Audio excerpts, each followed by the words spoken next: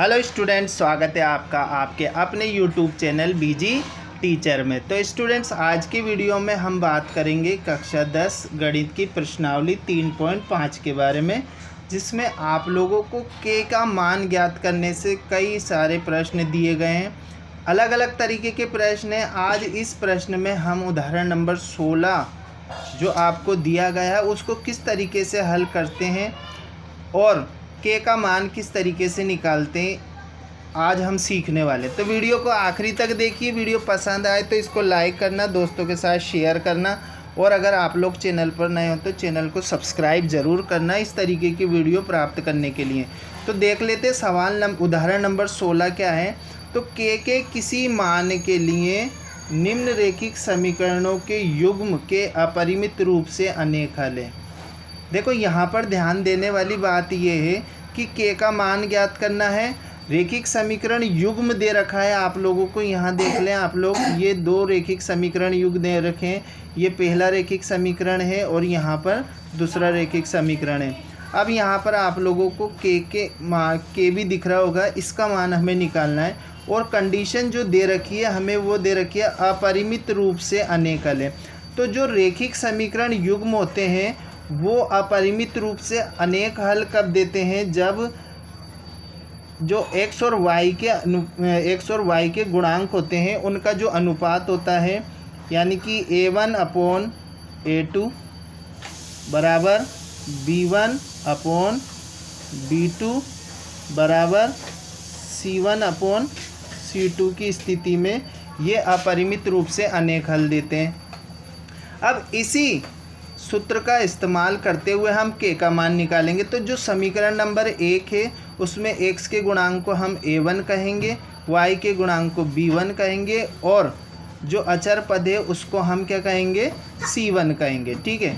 और जो समीकरण नंबर ये आप लोग 2 देख रहे होंगे, इसमें x के गुणांक को a2, y के गुणांक को b2 और अचर पद को c2 कहेंगे। तो यहाँ पर हम देख लेते हैं। तो a1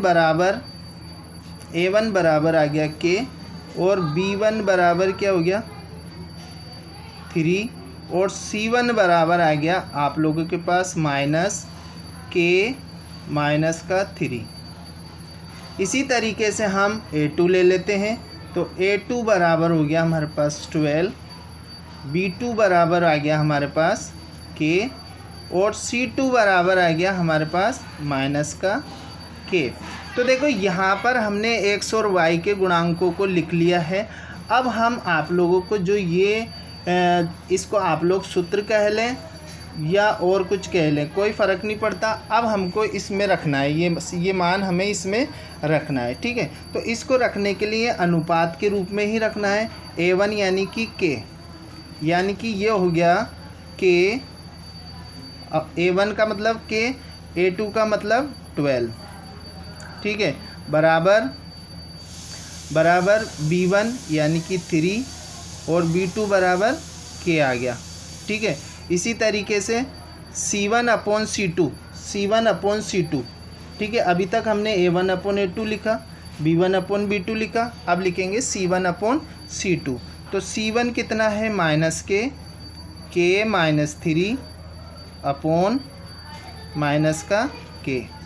अब देखो, ये माइनस ऊपर भी आ रहा है, नीचे भी आ रहा है। ठीक है।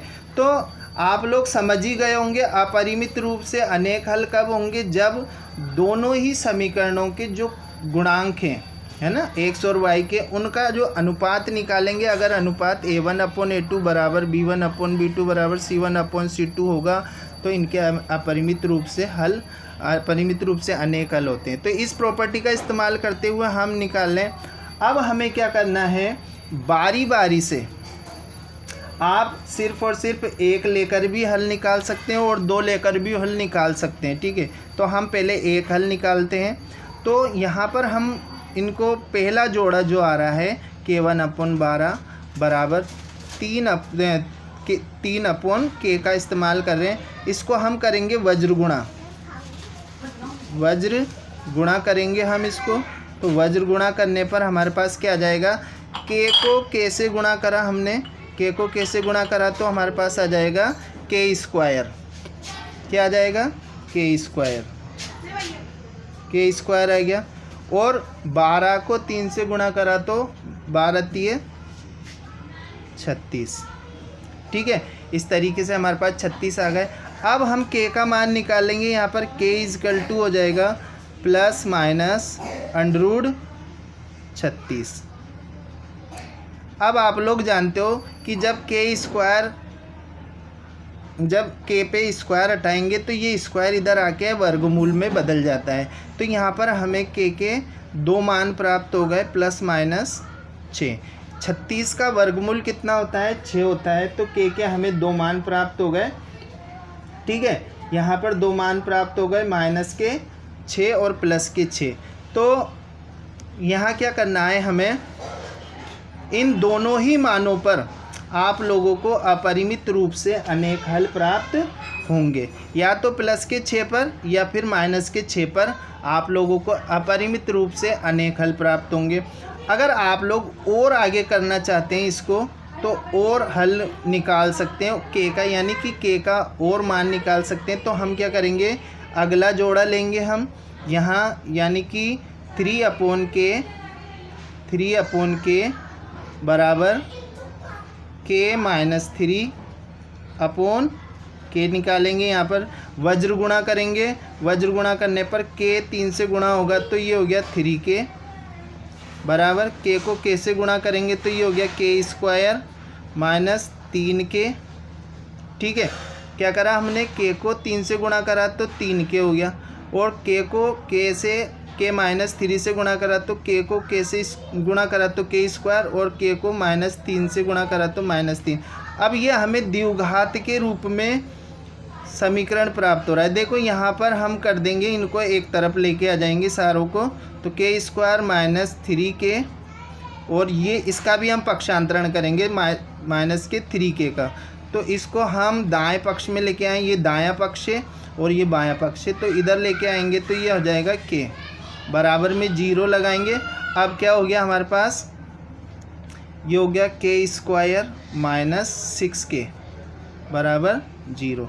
यहाँ से हम कॉमन ले लेंगे k, तो हमारे पास आ जाएगा k -6।